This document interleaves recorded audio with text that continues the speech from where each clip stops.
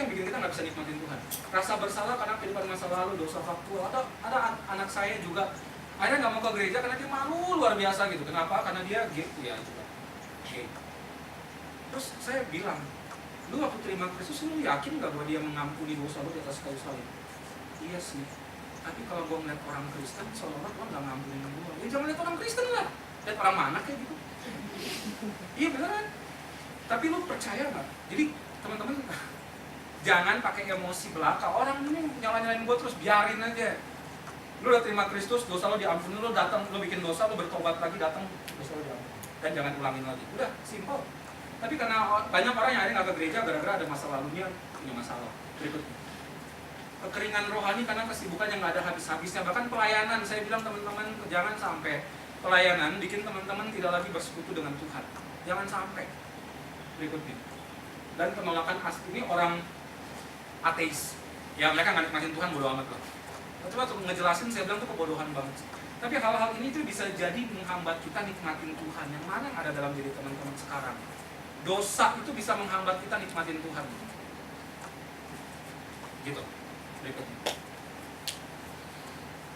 sikap Allah pada setiap orang yang punya berhala. Yang pertama, ngingetin manusia. Teman-teman, saya punya anak KTB, itu pacaran, waktu putus, downnya luar biasa. Tuh saya tanya, lu waktu pacaran makin bertumbuh nggak sama dia di hadapan kita? Terus dia diam. Gue nggak tahu maksud gue apa. Ini gue tanya gampang deh. Pagi-pagi lo jadi saat teduh nggak? Iya, setelah SMS abang pacarnya. Jadi begitu bangun kayak inget abangnya dulu, pacarnya, SMS dulu, baru saat teduh. Terus mau tidur, sebelum tutup mata SMS abangnya, telepon semua. Terus saya bilang nggak apa-apa sih, tapi masalahnya buat lu di otak lu, gue pengen tidak di hati lu, di otak lu Tuhan tuh nguasain dulu nggak sih, atau abang? Terus pas dia bilang kayaknya abang sih, nggak heran, Tuhan sayang sama lu, berhala lu dicabut. Anak saya yang begitu kerja sampai nggak ngasal teduh dengan saya bilang, awas Tuhan sayang banget sama lu, berhala lu dicabut. Ini saya pengen cerita ini tapi sudahlah nanti aja. Nah, atau yang kedua, kalau punya berhala, saya serem sama ini nih ayat ini. Kalau kita punya berhala, kemungkinan sikap kedua Tuhan adalah lu jukul lagi. Lo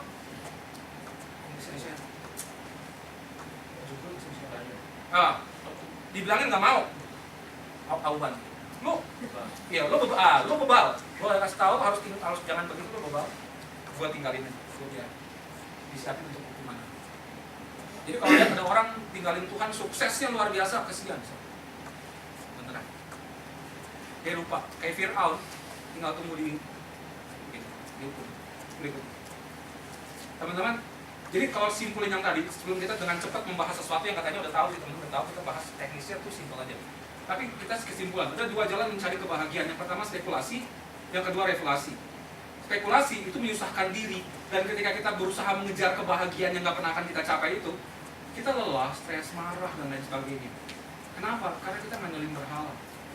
Sementara ketika kita mencari kebahagiaan dengan revelasi, mencari tujuan hidup kita dengan revelasi, kita akan menyerahkan diri kepada Allah. Dan waktu saya mengejar kebahagiaan di dalam Allah, saya akan punya damai, sukacita, kemurahan hati dari Allah dan seterusnya. Dan kalau kita ngandelin berhala, akan dapat hukuman. Salah satu hukuman masih dalam dunia adalah bahagia tapi nggak sejati. Mereka bisa bahagia, Hitler pun bisa bahagia, tapi nggak sejati. Waktu Jerman menang, dia bahagia. Pas Jerman kalah, dia kehilangan kebahagiaan. Tapi kalau kita ngandelin Allah dapat upah, itu kebahagiaan sejati. Dan kita akan dengan cepat bahas ini berikutnya. Jadi jawaban dari pertanyaan filosofi yang pertama adalah satu. Siapakah saya? Saya adalah berikutnya, ciptaan yang mulia dan berharga di mata Allah karena segambar dan suka dengan Allah. Jadi saya berharga bukan karena sesuatu yang saya punya. Mesti ingat baik-baik. Jangan tentuin harga diri kamu pada handphone, pada mobil, pada rumah, pada pekerjaan dan seterusnya. Yang kedua, di mana posisi saya? Posisi saya di bawah otoritas pencipta. Karenanya saya bergantung penuh pada Allah, bukan pada berhala. Yang ketiga, apa yang harus saya lakukan? Saya harus memuliakan pencipta. Dengan cara apa? Nikmatin Tuhan.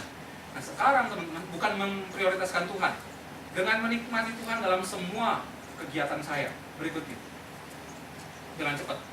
Nah, kalau kita membahas bagaimana cara menentukan cara menentukan jadwal kegiatan sehari-hari, kita sebenarnya bukan mulai dari sini. Ada yang lebih lagi, tapi tadi sudah kita bahas. kita harus lihat bahwa peranan orang Kristen itu ada 3. Yang pertama sebagai anggota keluarga, yang kedua sebagai anggota gereja, anggota tubuh Kristus, yang ketiga sebagai anggota masyarakat. Ini peran dan tanggung jawab kita sebagai Kristen.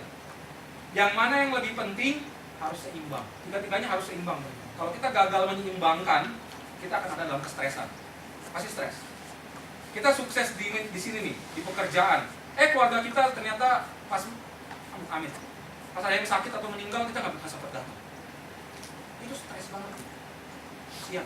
Tapi begitu ngutamain keluarga, pekerjaan terbengkalai, dipecah. Jadi intinya bukan mendahulukan yang mana, tapi ada keseimbangan. Kayak yang tadi bilang pada Marta. Berikutnya. Jadi, saya harus mampu untuk mengatur waktu dengan baik. Kalau kita nggak tahu kemana kita akan pergi, kita nggak pernah sampai kemanapun. Kayak tadi teman-teman tidak tahu, kita mesti bikin dari mana, bentuknya kayak apa ya. Jadi kita mesti siapin apa ya. Itu kita nggak akan kemanapun juga. Jadi pahamilah apa yang menghalangi saya mengatur waktu dengan baik. Biasanya apa? Yang bikin kita nggak bisa mengatur waktu dengan baik. Sugus. Oh malas. Saya dengar malas. Kenapa kita bisa malas? Nanti ya berikutnya. Dan kita harus, kalau kita sudah tahu harus mengatur waktu dengan baik, kita akan bisa membedakan mana efektif dan mana yang efisien. Efektif itu apa sih? Ini dia. Efektif adalah saya bisa menolak hal-hal yang tidak penting untuk mencapai tujuan saya. Efektif adalah saya bisa mencapai tujuan. Itu efektif. Kalau efisien, saya bisa mencapai tujuan dengan cara yang paling sederhana, waktu paling singkat dan seterusnya. Jadi, kalau untuk efektif, kita harus bersikap tegas terhadap hal-hal yang tidak penting. Sekarang, kalau Barcelona main pun, saya bisa bilang, tidak, saya mau tidur. Bisa. Saya bisa. Kecuali kalau besok tidur. Besok pilkada misalnya. Sekarang, mudah-mudahan ya, Piala Champion. Wah, saya nonton pasti. Pilkada jam 10, jam 11 juga bisa kan. Tapi kalau berangkat jam 7, jam 5, gue tidur. Saya mulai bisa. Itu harus efektif teman-teman. Jangan akhirnya nggak bisa ngerjain sesuatu, nggak mencapai sesuatu, karena rapat tuh 2 jam cukup loh. Beneran, lebih dari 2 jam nggak efektif. Dan harus efisien. Kalau misalnya minggu depan rapat nih, sekarang mulai hebat, kita mau ngomong apa di rapat. Jadi nanti lo siapin bisa, rapat cuma sejam selesai. Beneran, bisa hadir di 2 rapat. Kan rapat yang 1 pasti lama ya. Rapat yang ini kan pengurus pasti cepat. Karena 1 jam doang. Habis itu langsung ke sana, cuy. Kalau udah iya kami putri efisien banget. Gitu loh. Jadi harus punya standar untuk bisa efektif efisien, harus punya standar prioritas. Jangan terpancing melakukan kegiatan yang bukan prioritas dengan fokus yang mendalam. Jangan. Saya tidak ingin menjadi pengamat sepak bola. Saya tidak perlu nonton secara langsung. Benar nggak? Tapi kalau saya jadi pengamat sepak bola, saya akan tongkrongin tuh. Itu jadi harus punya prioritas saya dengan Anda beda, pasti beda. Jangan terperangkap dalam pekerjaan. Ada orang sakit mah gara-gara terperangkap dalam pekerjaan. Iya nggak? Dan buatlah daftar kegiatan berikutnya. Ini udah pada jago semua pasti soal-soal ini. Berikutnya. Nah, untuk bisa merencanakan memakai waktu, 1, milikilah organizer untuk jaga komitmen. Kalau ada kayak gini, misal, yuk kita belanja. Sorry, gua ada rapat. Jaga komitmen kita dengan organizer. Yang kedua, buat jadwal untuk disiplinkan tentang apa yang akan dikerjakan dan apa yang tidak perlu dikerjakan. Bikin jadwal. Yang ketiga, hindari bersikap mengambil komitmen berlebihan. Awet Tozer pernah bilang gini, kalau teman-teman Tuhan kasih kekuatan cuma buat 2 pelayanan, jangan ambil 3 pelayanan, karena Tuhan tidak akan kasih kekuatan di pelayanan ketiga. Jadi teman-teman mesti bagi tugas, bagi kekuatan 2 pelayanan ke 3 pelayanan, jadi kecapean sendiri. Jadi tanya sama Tuhan maunya gue berapa sih sebenarnya ambil? Ini dia. Cobalah memakai waktu luang kita dengan baik. Orang luar negeri kalau kita janjian sama mereka, terus kita telat datang, biasanya mereka ngapain? Pas lagi datang. Pas kita datang mereka lagi ngapain? Lagi baca. Kalau orang Indonesia, lagi chatting. Chatting nggak penting. Fotoinlah soto, upload. Fotoinlah Transjakarta, upload. Saya bilang, orang maunya apa sih? Mau semua orang nge-live dia. Siap sih sebenarnya. Dan jangan biarkan orang memanipulasi kita. Ini udah jadi pengurus, mau rapat gitu, terus ayo kamu baik deh si siapa tadi? Si apa? Tineke ya, yaudah. Yang bisa si Tineke jadi 2. Terus habis itu, Tineke datang ke rapat. Nggak bisa tante, saya mesti rapat ini dulu karena dia begini. Jangan-jangan orang manipulasi kita. Kita harus mungkin kita punya jadwal kegiatan gitu. Berikutnya, ini bisa dengan berikutnya. Nah, 1, bagaimana bisa merencanakan? Milikilah tujuan hidup. Tujuan hidup kita adalah memuliakan Allah dalam semua aspek. Itu tujuan hidup kita. Milikilah prioritas sasaran hidup dalam 3 peran. Saya kasih contoh. Ini deh, kamu siapa namanya? Marsha, 3 tahun lagi kira-kira kamu kuliah kerja apa? Kerja. 3 tahun lagi kira-kira apa yang kamu inginkan terjadi pada pekerjaan kamu? Naik jabatan. Itu sasaran. Terus yang tadi kelompok belakang ini yang pemimpin kelompok tadi. Jadi kelompoknya ini. MC-nya. Nah, udah punya pacar? 3 tahun lagi kira-kira apa yang kamu inginkan terjadi pada bidang keluarga? Pada status pengeluargaan. Dapat pasangan. Itu harus. Nah, sekarang pertanyaannya, mana yang kita prioritaskan, naik jabatan atau dapat pasangan? Kan gitu. Kalau dapat pasangan, aktif-aktif lah di sosial media dengan teman-teman zaman dulu yang belum punya pacar juga, nggak usah kerja. Tapi kalau ke ini atau bekerja itu teman-teman, ini perlu punya prioritas sasaran dalam 3 peran itu. Putri deh kan ketua ya. 3 tahun lagi kira-kira apa yang kamu inginkan terjadi pada Komisi Pemuda GKI Cawang? 3 tahun lagi. Makin maju, makin nambah, terus ada makin kebaktiannya. Hah? Makin maju, makin nambah, sama? Ada kebaktiannya. Ada kebaktiannya. Oh, kebaktian minggu gitu ya? Jam 4, gitu, jam 3, oke. Teman-teman, nah sasaran itu penting banget untuk apa? Supaya kita tahu mesti ngarah kemana, mesti ngelakuin apa. Kayak tadi teman-teman kan bikin kartu itu nggak sempat perencanaan kan, cuma 10 menit, bro, langsung aja agak sudut gitu. Nah itu yang sedang kita kerjakan mungkin selama ini. Ada sasaran. Dan kemudian buatlah tabel jadwal kegiatan, buatlah tabel prioritas, milikilah agenda, buatlah evaluasi. Evaluasi kita nggak akan bahas berikutnya. Teman-teman, nah ini dia. Bikin kayak gini loh teman-teman. Kayak anak kecil kan, nggak apa-apa, saya dulu begini, sekarang nggak begini sih, begini. Tapi awalnya gitu. Nah, bagaimana menyusun prioritas, standar prioritas? Saya kurang setuju kalau dibilang Allah nih. Tapi banyak orang bilang ini Allah, saya kurang setuju. Allah tuh harus ada di sini semua gitu. Dia menaungi semua, seluruh jadwal kita tuh Allah semua gitu loh sebenarnya. Tapi saya boleh bilang PPDT, persekutuan pribadi dengan Tuhan. Itu yang pertama kali mestinya. Persekutuan pribadi dengan Tuhan tiap hari apa? Saat teduh, tulis pertama kali di sini. Saat teduh. Nggak sampai sejam lah ya. Saat teduh. Dah. Yang kedua, persekutuan pribadi dengan Tuhan tiap minggu apa?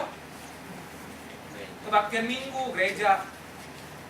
Nih, jadi kalau bilang, yuk kita ini yuk, gue traktir nonton bola Mitra Kukar lawan Semen Padang. Sorry, gue mesti gereja jam 6.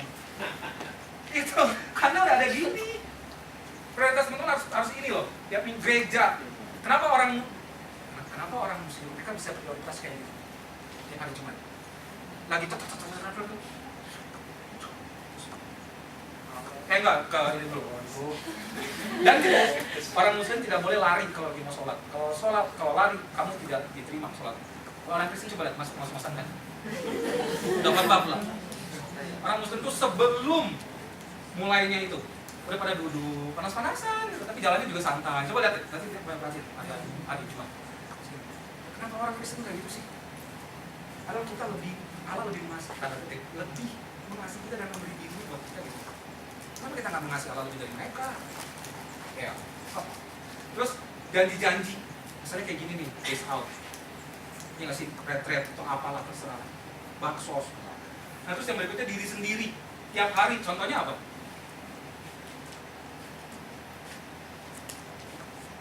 Mandi, makan, kerja, ataupun jadi gini loh, saat teduh itu yang isi pertama kali. Terus kebaktian minggu, ini jam berapa? Jam berapa sih? 8:30 ya.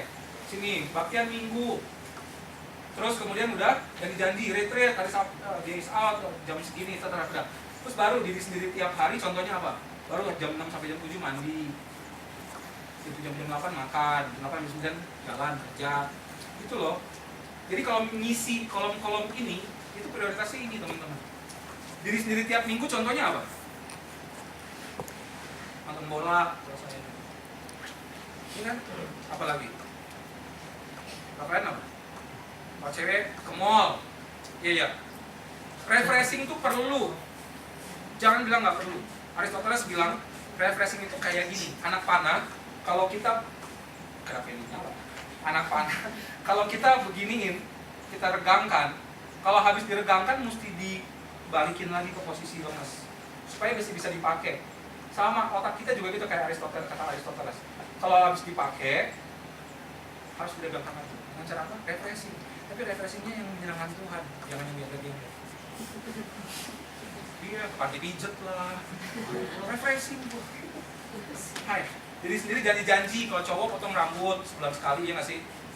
Cewek apa? Cewek ke salon misalnya. Itu janji sama dokter kandungan. Yang udah menikah misalnya sama dokter kandungan. Jadi janji tuh. Orang lain, orang lain tiap hari contohnya apa? Mak bapak. Teman-teman, mak sama bapak tuh nggak harus diajak jalan ke Bali kemana. Pulang kerja capek, duduk sama emak nonton apa bareng-bareng. Udah tembung itu emak, ya nggak sih? Iya. Lagi di kantor, lagi sibuk pas jam makan siang, sama teman-teman lupa. Coba nelpon deh, Mam, tuh teman anak saya, papanya tuh kita bilang harus balas budi orang tua. Terus dia bilang gini, bokap gue gajinya 10 kali lipat dari gua kak. Siapa yang suruh kasih uang buat bokap lo? Dia kasih apa? Yang bokap lo pengen banget nggak punya, yang dia nggak bisa, dia nggak punya, yang lu bisa kasih buat dia. Cuma lu yang bisa kasih. Terus dia pikir apa tuh, maafin dia lakuin. Pas lagi makan siang dia telepon. Papinya ini keluarga jarang nggak bisa ngomong kata sayang. Maaf, terima kasih. Ini keluarga tahu lah ya suku mana ya. Tiga itu nggak bisa. Satu saat terus dia lagi makan siang. Papinya ulang tahun, tau nggak? Dia bingung mau beli kado apa. Akhirnya tuh siang-siang pas makan siang, udah makan belum? Papinya, udah. Amin lo. Bagus makan tau. Lo jangan ini ya, jangan sampai ini. Iya, terus nanti mau makan di mana? Terserah lu lah. Lo ngapain sih lama-lama nelfon? Iya cuma mau ini doang, ngucapin mereka lain rumah, lain ngucapin selamat ulang tahun. Ya udah ya. Buka lagi sih buka ya. Terus teman saya sakit hati banget. Pas besoknya tuh, jadi pas malamnya datang ke apa acara makan itu. Besoknya nyokapnya telepon. Nyokapnya bilang gini, lu tahu nggak bokap lu bilang apa pas pulang kerja kemarin? Kenapa? Ini nelfon itu kayak hebat banget gitu. Kayak dia ngasih mobil kan. Ini nelfon gue lu, tau nggak lu gila. Terus dia seneng banget. Terus temen saya bilang, itu yang bokap gue pengen. Jadi sendiri, orang lain tiap hari sama bos kasih laporan atau apa, tulis teman-teman. Orang lain tiap minggu sama siapa gitu, anggota kelompok kecil kayak sama pengurus atau apa, sama jajan sama majelis pendamping, menyusun program dan janji dan sebagainya. Kayak gitu teman, bikin itu terus ini aja sih, segampang ini. Prioritasnya jalan bagus. Berikut. Iya, berikut. Nah kalau harus bisa bedain, mendesak yang kita harus dahulukan adalah mendesak dan penting.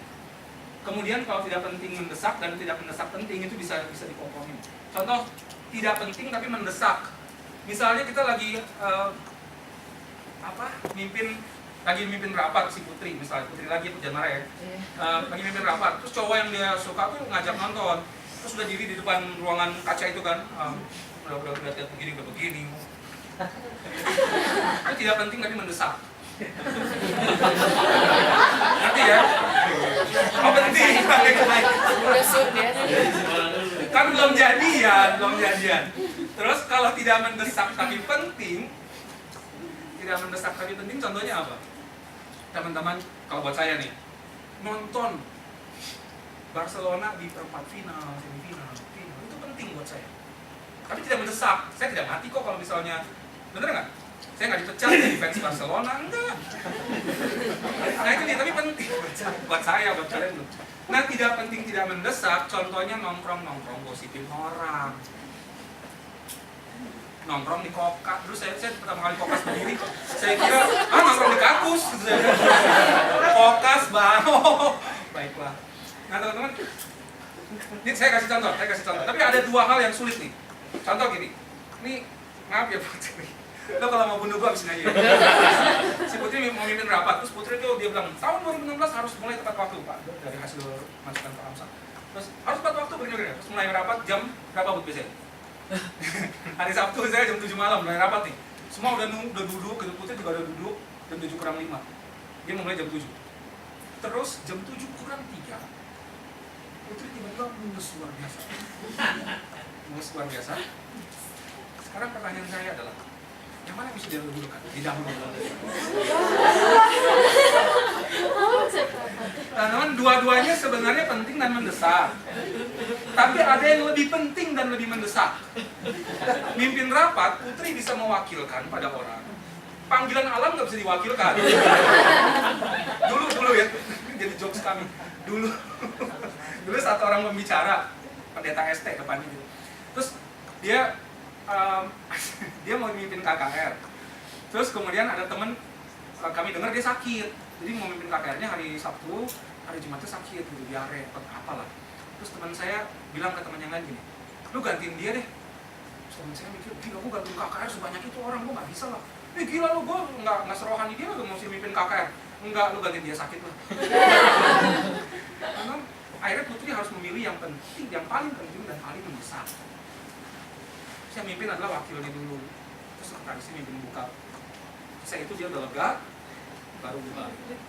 Jadi prioritas itu jangan harus ini berikutnya. Ini yang orang Kristen sering bilang, ini dia, mana yang harus diprioritaskan? Ada yang bilang keluarga lah, studi lah, pelayanan lah. Enggak teman-teman, tiga-tiganya adalah prioritas. Tapi harus lihat misalnya studi itu lagi nggak ada cuma kuliah biasa gitu misalnya, atau ujian pun, terus orang tua tiba-tiba sakit keras gitu loh, masa kita akan saya harus ujian? Enggak lah, iya nggak sih? Sebaliknya orang tua nih, saya mengutamakan keluarga, mamanya minta diantar ke tempat belanja, sementara ini mesti ada rapat mendesak nih, yang mana yang harus kita dahulukan? Jadi jangan bilang 1, 2, 3 yang mana gitu. Tiga-tiganya penting teman-teman. Itu tanggung jawab yang Tuhan berikan buat kita. Keseimbangan. Berikutnya, yang akhir. Akhirnya nanti kita akan diminta tanggung jawaban pas mati. Iya nggak sih? Gimana saya hidup sekarang, jangan lihat lagi ke belakang. Tapi waktu Musa bilang gini, ajarlah kami menghitung hari-hari kami sedemikian rupa agar kami memperoleh hati yang bijaksana. Kesananya tuh teman-teman. Di future nanti kita akan diminta pertanggung jawaban. Ada eschatological awareness. Yesus di Yohanes 4 kita baca ini bagian akhir. Menjelang ya. Entah masih 2 atau 3 atau 5. Ya, kebanyakan.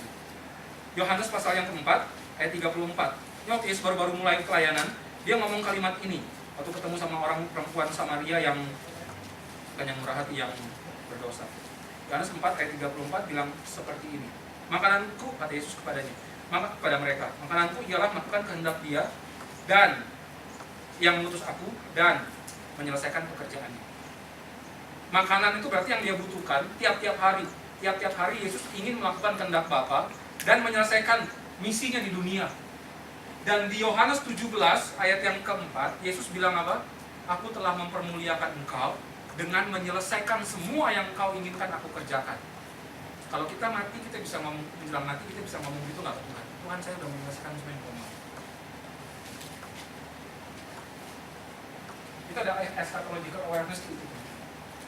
Jangan pikir waktu sekarang hidup. Ada orang pernah bilang gini, hiduplah seolah-olah besok kamu mati.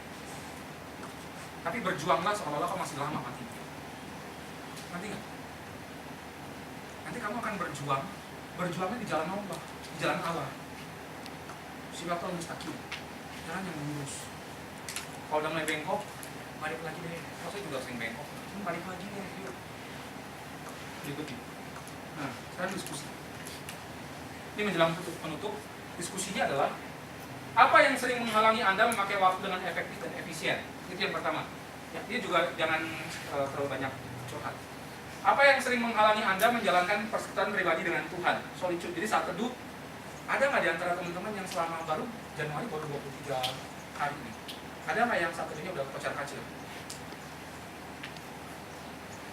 Atau praise and worship pribadi? Praise and worship pribadi itu nggak perlu teman-teman datang ke gereja loncat-loncat di kamar. Dan itu kemenangan loh, salah satunya. Ini saya kasih kesaksian pribadi lah ya, bukan pengen masuk apa-apa beneran. Saya gak banget sih, tapi itu kesaksian pribadi yang dikit-dikit lah. itu tahun kemarin 2014. Itu menjelang pertandingan Belanda lawan Spanyol. Momennya pas banget, saya ingat sampai sekarang.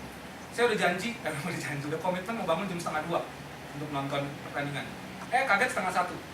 Zaman dulu saya masih suka melakukan dosa laki-laki. Tahu ya? Ngeklik gitu, ambil waktu. Nggak tahu apa itu. Saya kagum.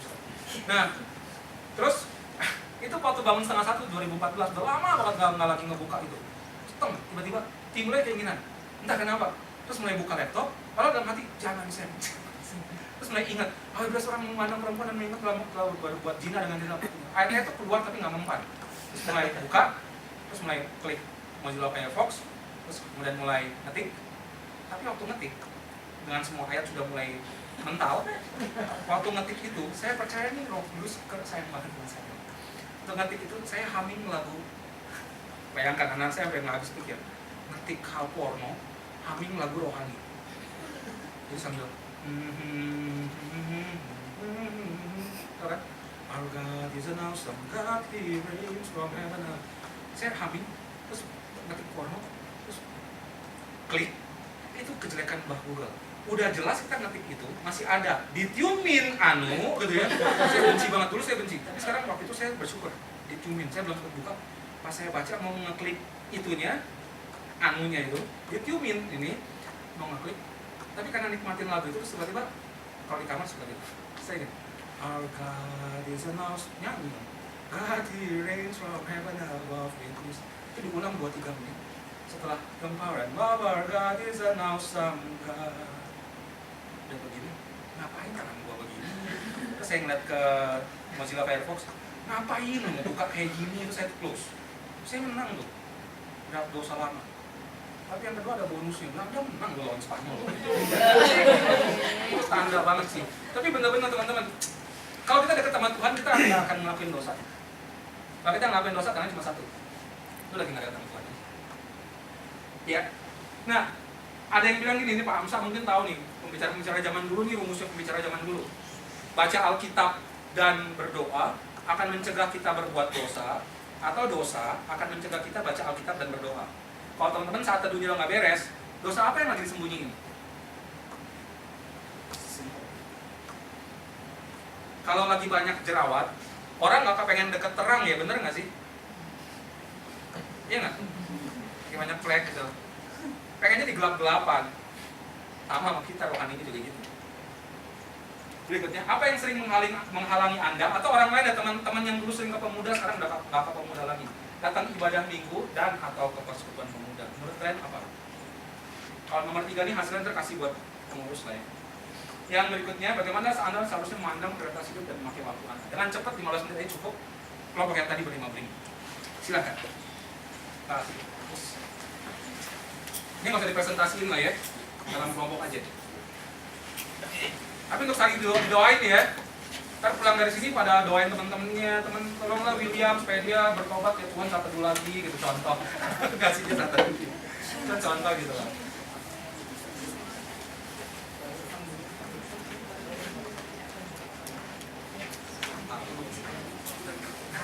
Iklan.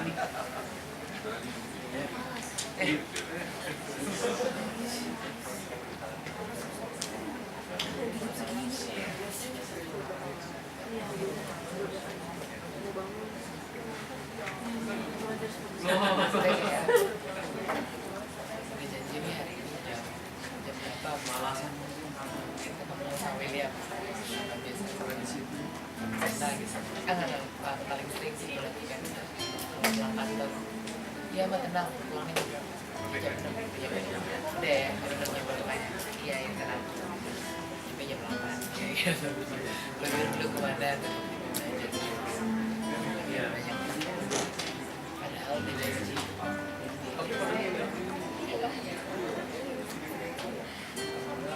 Itu termasuk sama kayak. Oh jadi nggak ngapain? Fokus ini sejam. Selalu kayak gitu loh. Supaya akhirnya kan. Tapi pada akhirnya berakhir dengan postingan dan Instagram atau mungkin sama nyokap gitu.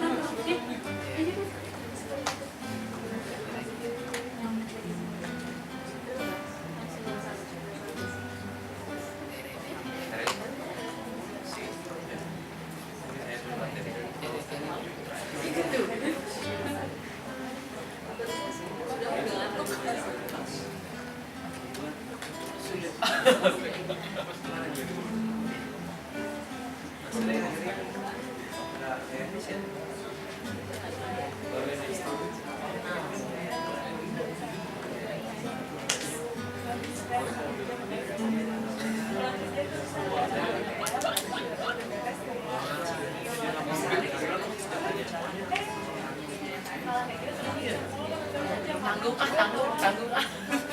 Penasaran, akhirnya penasaran.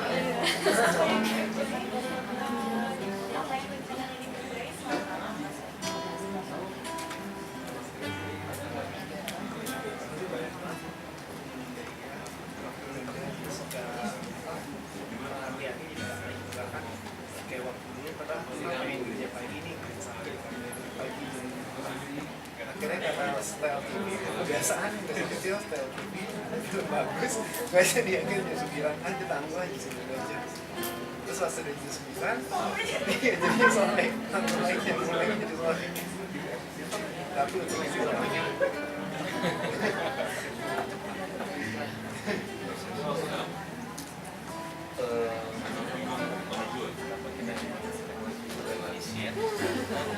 Gagal apa yang harus kita lakukan sebagai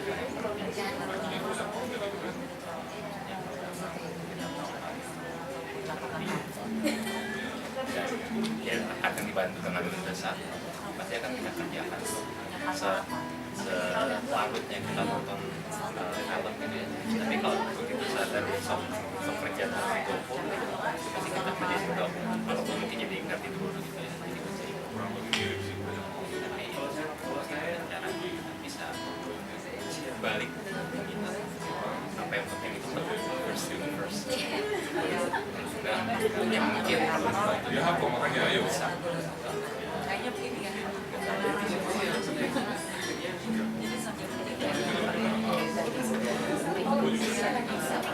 Kayaknya butuh deh kalau gue merasa karena akhirnya kalau kerja nanti mungkin yang ada tugas lagi kan pada akhirnya ya menarik lihat dari beberapa jam yang kita punya sebelum tidur nanti apa yang perlu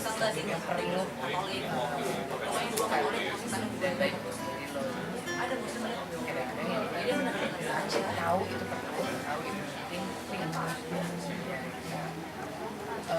jadi bukan cuma gagal doang merasa males atau merasa punya komisi itu yang tadi apa yang membuat nggak bisa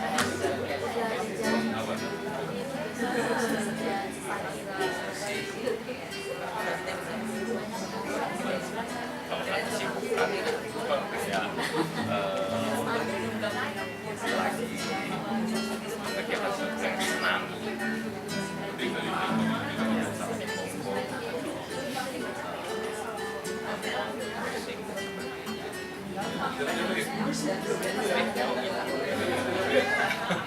pertanyaan tanya apa yang menghalangi HPDT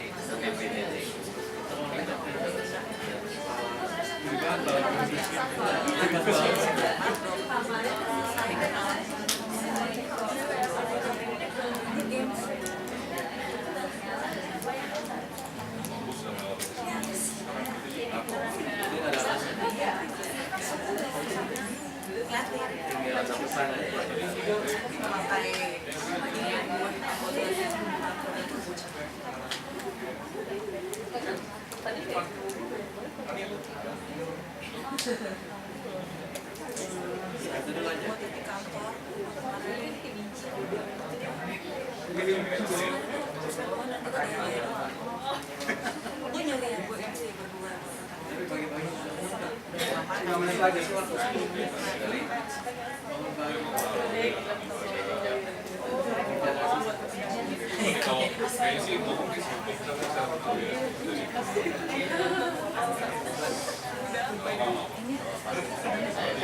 bisa dipindah, jangan gampang diakses.